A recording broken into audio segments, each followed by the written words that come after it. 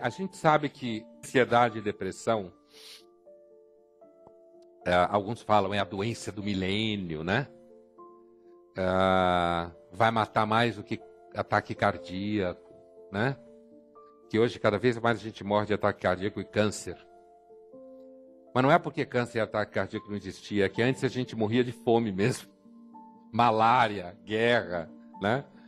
Então, assim, porque a medicina é assim, afora os acidentes, se você não morrer de doença contagiosa, não morrer de doença cardiovascular ou metabólica, como diabetes, você morre de câncer, não tem escapatória.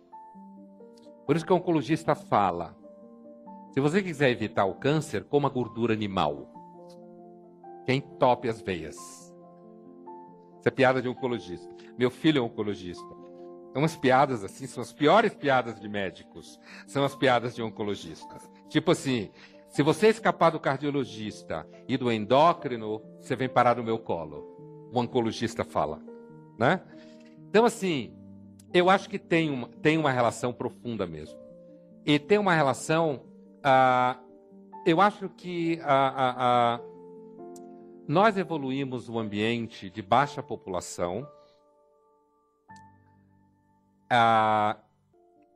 Cada vez mais, quando a gente estuda o Alto Paleolítico, que é aquele período lá de 20 mil anos atrás, 30 mil anos atrás, cada vez mais há indícios de que talvez a gente tivesse uma alimentação melhor naquela época.